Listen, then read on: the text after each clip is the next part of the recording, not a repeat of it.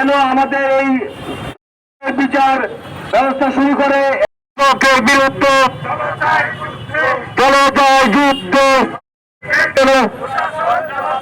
International চাই।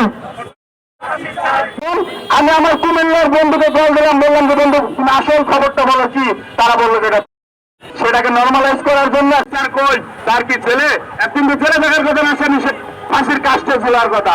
তারা আমাদের বললো আমরা 90 দিনের মধ্যে বিচার কার্য শেষ করব। কোথায় আপনার 90 দিন? আপনি জুলাই ঘোষণাপত্রে বলেছিলেন 30 কার্য দিবসের মধ্যে, সেটাই দিতে পারেননি, যেটা 18 কোটি বাঙালির চাওয়া ফ্যাসিস্টের দেশের বাদে শহর, সেটাই দিতে পারেননি। আর আছে এত বাংলাদেশের একজন ছোট শিশু মারা গেছে, সেটা তো আপনি করবেন না, সেটাও আমাদের পূজা হয়ে যাচ্ছে। আর মুরাদনগরের যে ঘটনা কুমিল্লায়, সে বিষয়ে স্পষ্টভাবে বলতে চাই প্রশাসনকে, আজকে আমি খবর দেখলাম ভুক্তভোগী মামলা তুলে নিতে চায়। বলবো কার অনুরোধে বা কার চাও ভুক্তভোগী মামলা তুলে নিতে চায় সেটা আপনারা প্রকাশ করুন। দেখবেন আপনার মা, আমার মা, আপনার বোন, আমার বোন, এরাই শিকার হচ্ছে, তখন আপনার নির্বিকার চেয়ে থাকতে হবে।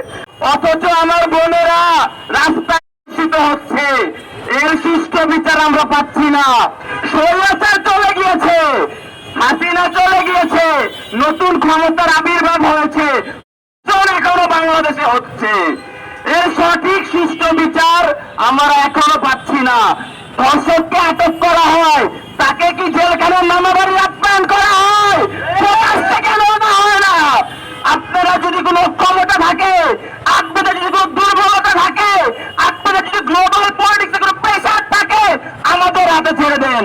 আমরা ছাত্র জনতারা হাসিনাকে দূর করতে পারছি, স্বৈরাচারকে দূর করতে পারছি, এই আমরা প্রকাশ্যে বিচার আনতে পারবো। আমরা আবারও বলতে চাই, যদি বিচার ব্যবস্থা তারা বিচার করতে ভয় পায়, তাহলে তারা জনসম্মুখে বলুক। তারা যদি বিচার করতে ব্যর্থতা হয়, তাহলে তারা জনসম্মুখে বলুক, তারা এখান থেকে পদত্যাগ করে চলে যাক। বাংলার জনগণ বিচার করবে, সবাই তা দেখবে।